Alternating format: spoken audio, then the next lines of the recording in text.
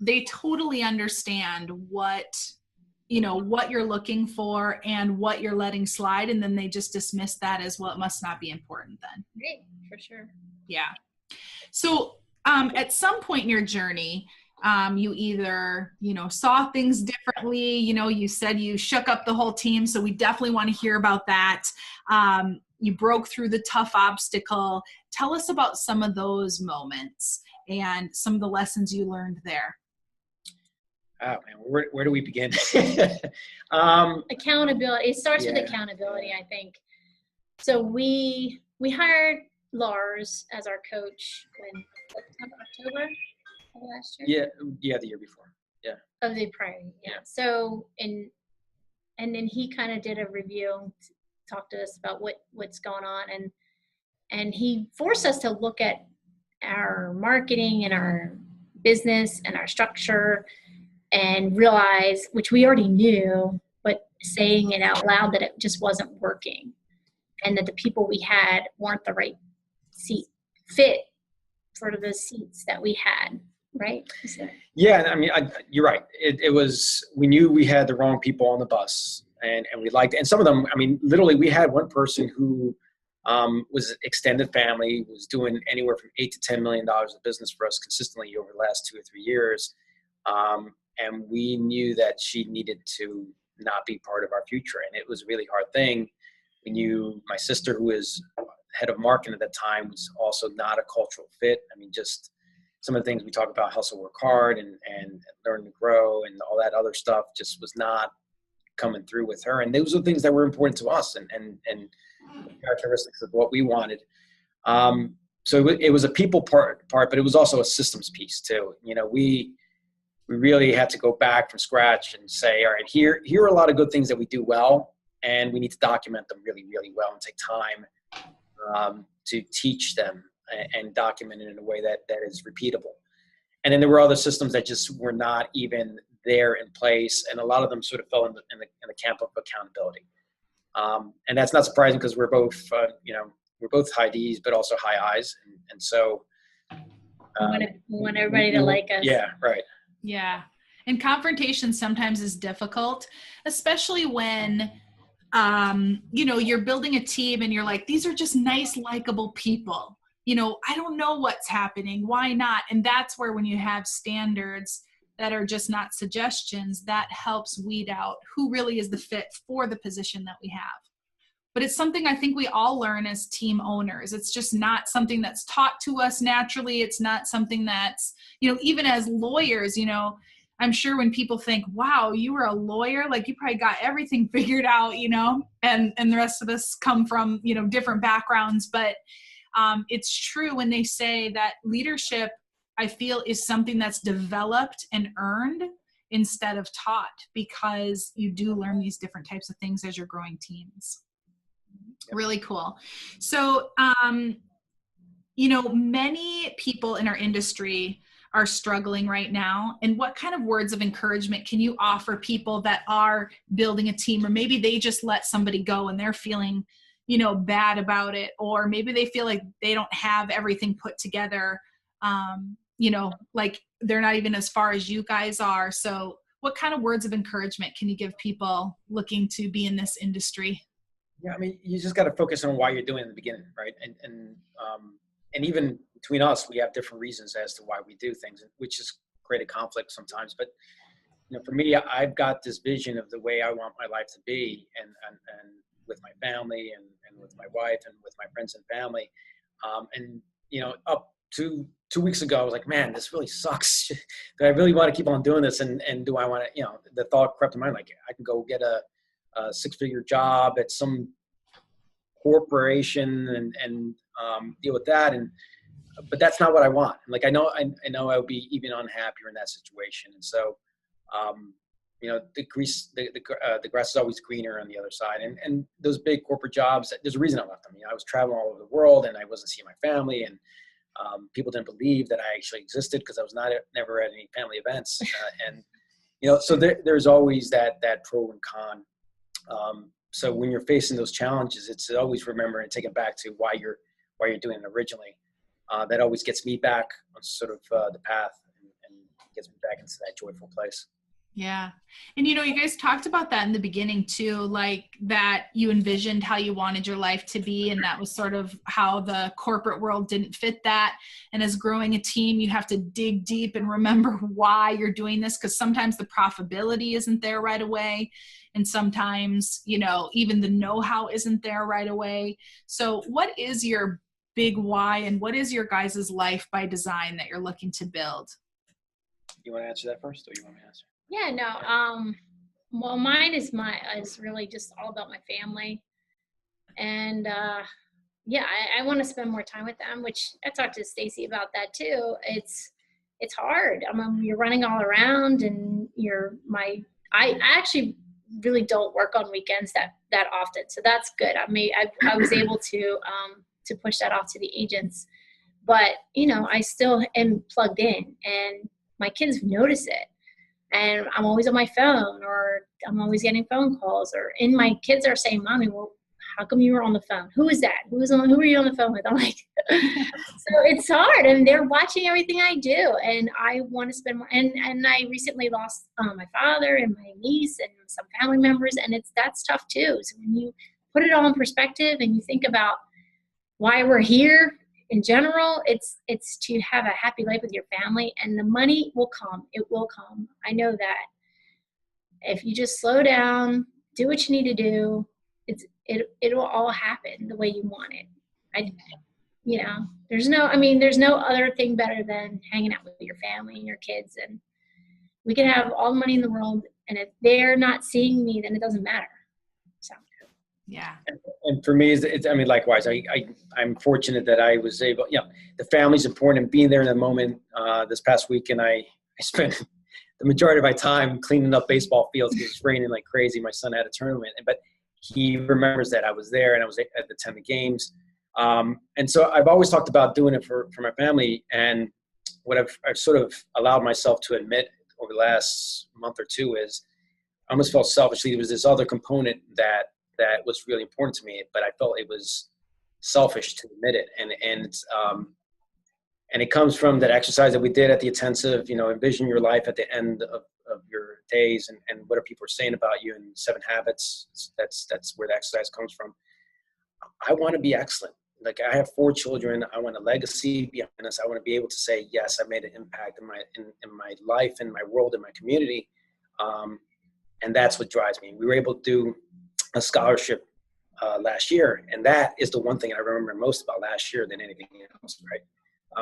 And my biggest regret is we can only do a partial scholarship. Now, my goal is, what are the bigger and better things that we accomplish over a lifetime, so that at the end of the days we can say, listen, we really made an impact in our world, and made the most use of our time here. Yeah, that's awesome. And that's something I think not a lot of people share, is they may share all the good, right? This is how much money I make. These are how many deals I do. This is what my team looks like, but they don't share the things that are hard, as well as why you're doing this. And we all, fail to hit those things, hit that mark every day. But when it's a constant focus, then that, it's going to happen when your heart is truly there. So thank you guys for sharing that, for sure. So let's dig into, well, wait, one more thing before we do that, because this is hard for everybody, but what are a couple things that you guys do to make sure that you do enjoy the ride? Wow, I don't. I mean, that's, and that's a loaded question, because, we've been having this discussion for 4 weeks. I'm really struggling with that part of it, is trying to find my personal time and find and enjoy. It's work, it's the family, and there's not a lot of Guillermo time. And so I'm struggling to find what that is, mainly because I'm just not as athletic as I either used to be or remember being, and never was, maybe, I don't know. So that's a struggle for me. I'm trying to figure out what that's going to be. Yeah. So I don't not like real estate. I actually really enjoy real estate, and I do enjoy being a real estate agent. I just closed the deal with a young couple, first-time home buyers, and I haven't done that in a really long time because I've been running the business, and it felt really good and fun, and it brought me a lot of joy. So I like actually working with people, and that's what I'm good at. And I'm working my way towards getting back to that. So in terms of real estate, I do like it. I was stuck in this place for like the last 2 years where I was just doing marketing and doing contracts, just crap, all the crap work that nobody wants to do for real estate. So now I'm finding myself getting back out there, meeting with people, networking, and those are the things I enjoy. I used to be on a couple boards for breastcancer.org and a couple other boards. I like doing those kinds of things. I haven't been able to do it because we've been running this business and running the brokerage as well, which is a separate piece.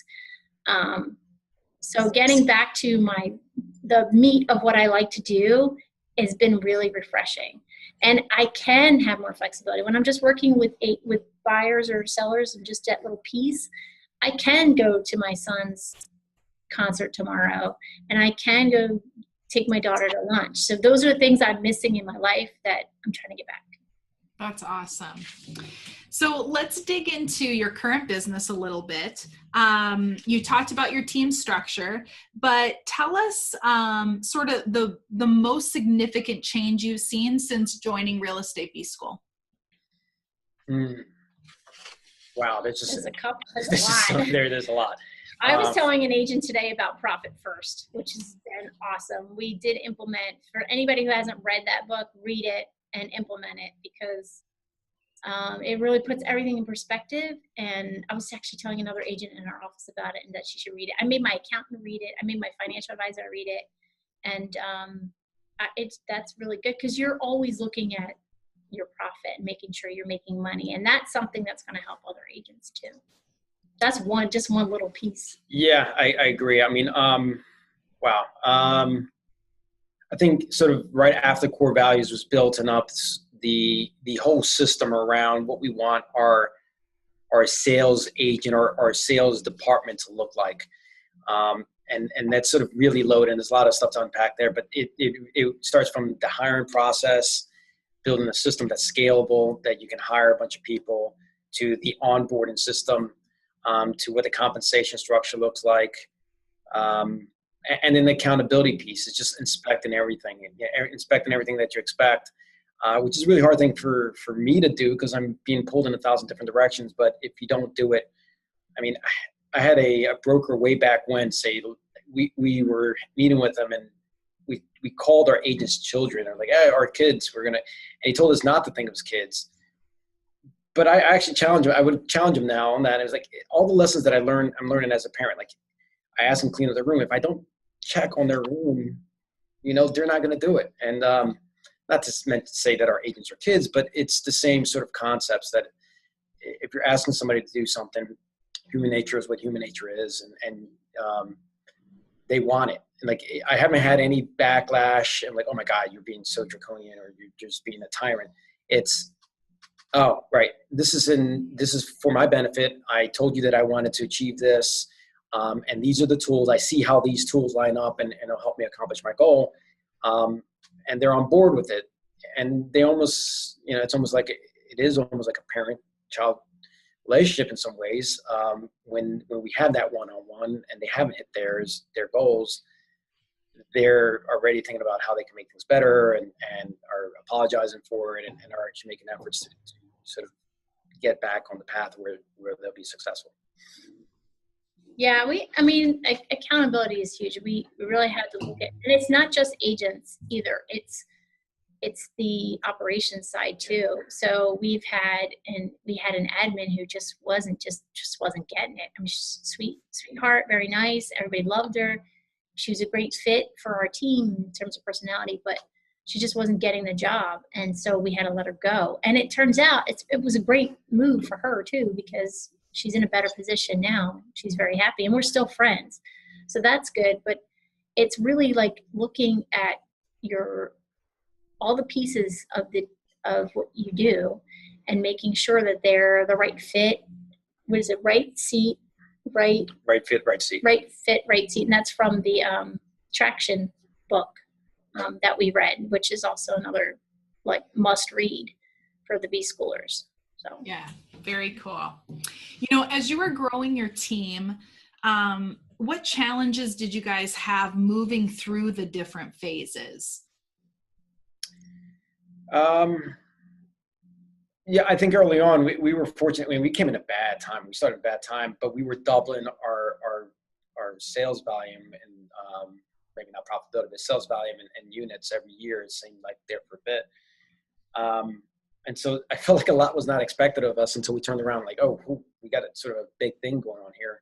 And we don't have the right systems and value in place. So that, I think that was one of the biggest challenges. So that as we got to, I don't know what the right word is, notoriety or you know, we were popular at the time because we're growing and people are seeing us growing and everybody wanted to join our team, but we didn't really have a value proposition to provide those team members. So we saw a lot of team turnover because they would just come in and want to be associated with us. But as they got in there, what were they really getting? I mean, they were getting team splits. Was I providing enough?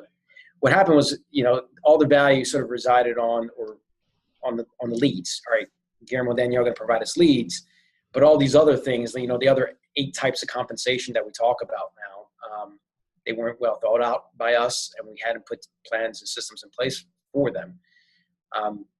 Teaching and mentoring, well, that wasn't the case because we were out there selling, right? So we weren't available for those types of things. Yeah, we weren't really ready for the people part of it.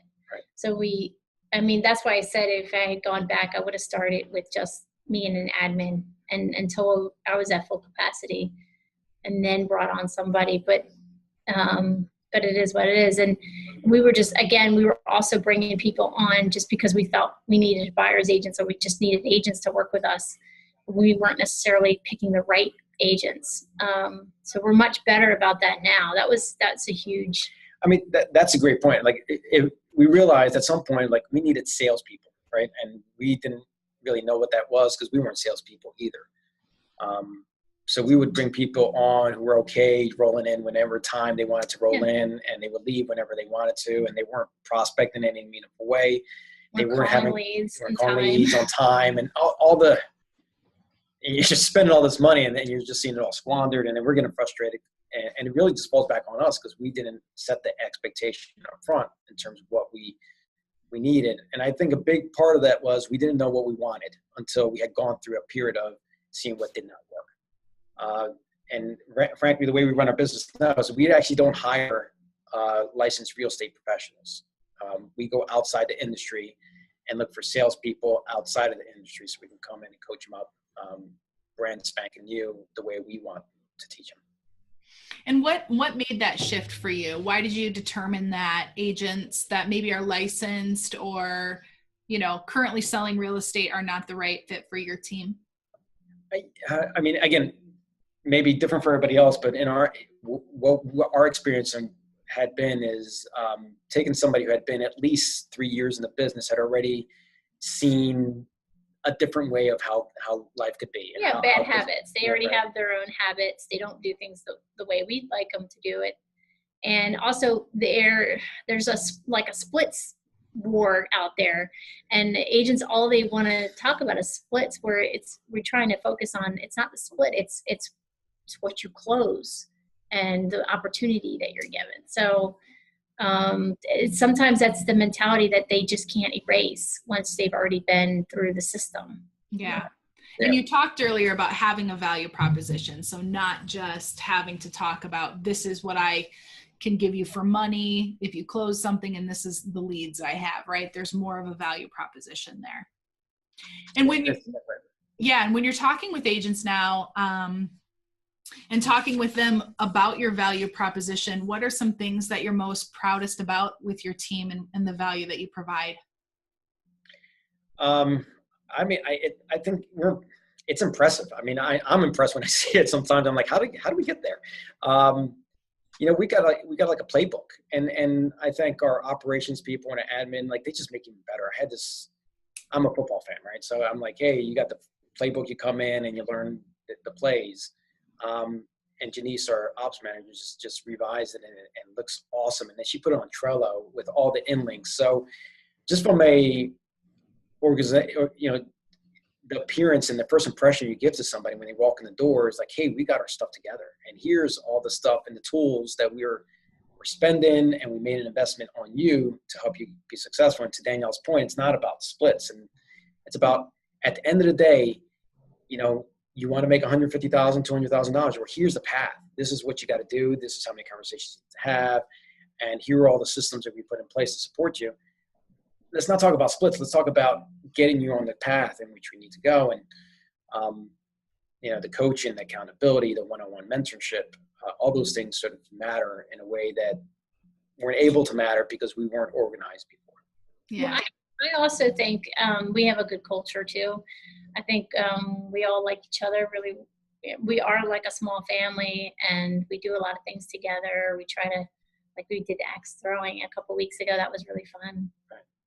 No, and you're right. And to that point, it's culture, but it's also setting expectations, right? And so I feel, me personally, would do a lot more selling of who we were during the recruitment process than them wanting to sell themselves and be part of our organization. So I felt like I was always trying to woo them, and maybe I didn't, because I wasn't doing that. I wasn't having the frank and honest conversations in terms of what we wanted. Yeah. It's kind of like we were afraid that we would lose them if we made them come in the mornings. I mean, we're very strict. I mean, I don't do it, but Guillermo is very strict with the agents, where they're here at 8:00 for script practicing, 8:30 to 10:30 they're making calls, 10:30 to whatever they're doing, lead follow-up.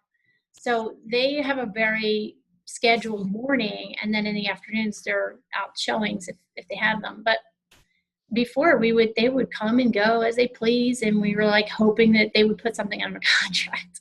So that's never going to work. And then we would get frustrated with them because they weren't putting things under contract. But really, it always falls back on ourselves if we're not holding them accountable. It's not their fault. They weren't told that they should be there, and it's not fair for us to be angry with them for not doing what we want them to do when we haven't told them.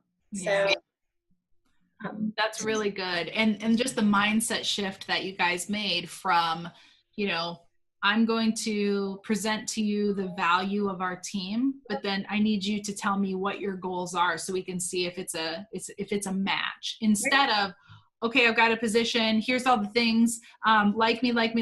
Do you want to come? Okay, good. Right. You know, yeah.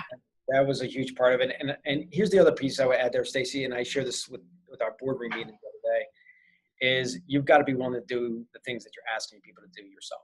And that is something that I was not living for sure on, you know, I'm trying to create this prospecting arm.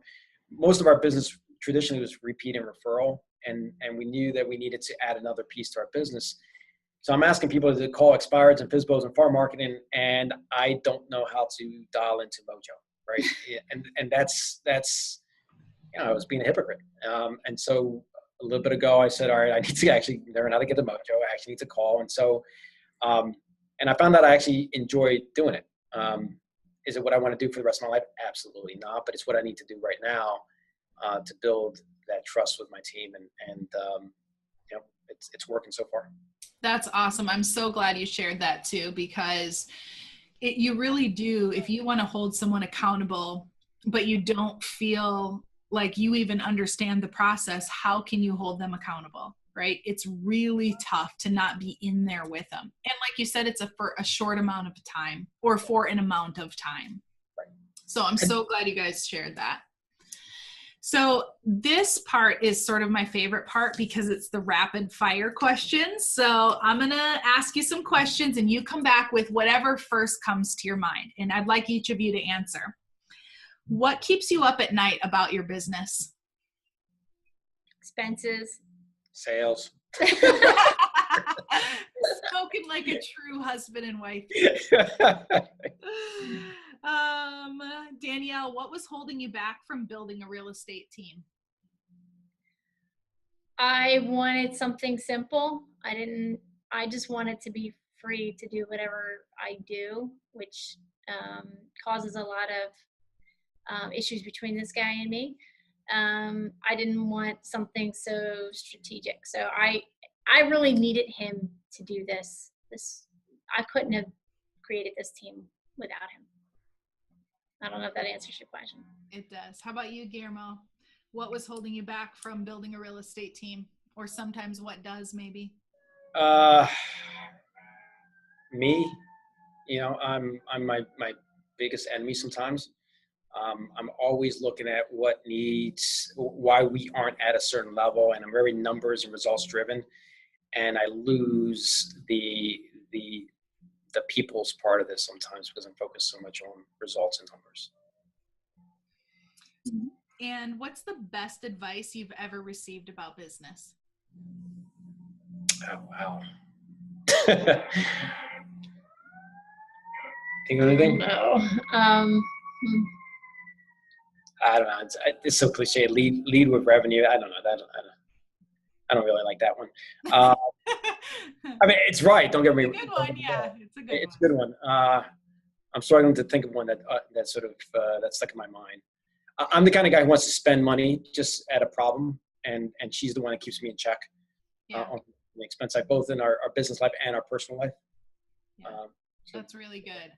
I have an answer. If you're not having fun, then what's the point? So we left these big jobs to do this because we wanted a better life. And if you're not having a better life, then this isn't the right path for you. And it's okay to say it's not the right path and that I need to move on to do something else. But if you're not having fun, then you don't have anything. Or make it fun. Yeah. Right. Yeah. It may not be like you're just so excited to make calls every day, or for some people that's their sphere, or past clients, they're not those kind of people, but finding enjoyment and enjoying the ride is definitely a piece of it. What is one of your personal daily or weekly habits that you believe contribute to your success? I get up early every single day, and I get up. She doesn't know it, but I look at her for a couple of minutes before I wake up and start it. Then I grab my iPad. No, I start my day early. I think it's important to make the most use of your day as efficiently and effectively as possible. And so even on the weekends, I'm getting up early and attacking something. That's good. How about you, Danielle? For my business? It could be personal or business, just a daily or weekly habit that contributes to your success. I think, and this is personal, but I put my kids to bed every night, like a special way. They each get their own little good night routine, and that helps me remind me of why I'm doing all of this. So. That's a good one. Love that. You talked about a lot of books, both of you, which I love. If you could share one book that would make a difference, and maybe each of you share one, that would make a difference in someone's journey, no matter maybe where they were at, what book would it be? What's it? The 5 Dysfunctions of a Team. It's a short read, and it's not a true story. It's a fiction, but it's. I swear to God, they were writing our story. So I think and it's a fun read too. It's actually interesting. So that one's a good one. Yeah. I'll throw in 7 Habits of Happy Kids. I'm going to put that one in because that's something that we've been putting in place for our kids. We read the 7 Habits of Highly Effective People, and I'm like, wow, this is a parenting book, not a business book. And I was thinking, I should write a version of this for the kids. And then I Googled it and I'm like, shoot, they already did it. That's been awesome. I mean, we're taking a lot of the lessons that we learn in our business and bringing it home. That's one of them. Who Moved My Cheese for Kids is another one. And Stacey, you turned this on to Financial Peace Jr. From Dave Ramsey. So that's been awesome to bring back to the family. Just learn the lessons. We spend all this time in our business. And like Danielle said, a lot of you, I imagine out there, you're doing it because of your family, is bringing that back home. Yes, our kids earn a commission now, and they're so excited about it. Oh, my goodness. My son was mad that I walked the dog because he wasn't going to earn his commission for not doing it. Oh, I love it. Oh, that's so awesome. I love it. But also, I want to add Profit First. I said 5 Dysfunctions of a Team, but Profit First has been a game changer for us, for sure. And it takes a while to implement, so don't be hard on yourselves if you. And you can start in the middle of the year. Anytime. And I imagine there's been agents out there that were just like us, like way early on, and maybe not even that early on. We forgot to set aside the right number for taxes, and that's just a scary, scary thing.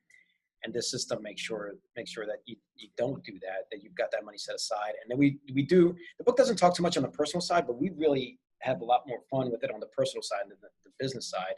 We got a little vacation fund and just sits in there, and we see it grow.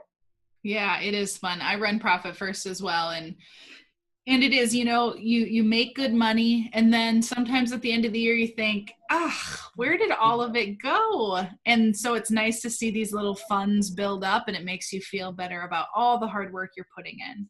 So I love that. Last question. If you had to do it all over again, what would you do differently? This is sort of an easy one. My buddy John told me to join Rebs about a year or two earlier. I really wish I had done that. A lot of the mistakes that we had made and being around the people that were around right now, I could have saved myself a lot of headaches and pain a year and a half earlier. Yeah. Honestly, I would say not to hire a family.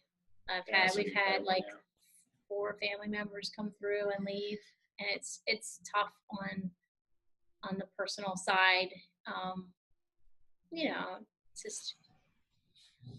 It's not a good thing. Yep. Yeah. Let somebody go. It's not a good thing. Yeah. Well, Danielle and Guillermo, thank you so much for sharing your journey and your story. And I know everybody got lots of nuggets about what you shared. So thanks for being so honest and open. And we appreciate you here at Real Estate B School. And we wish you all the best. And we will talk to you soon. Thanks, everybody. Bye.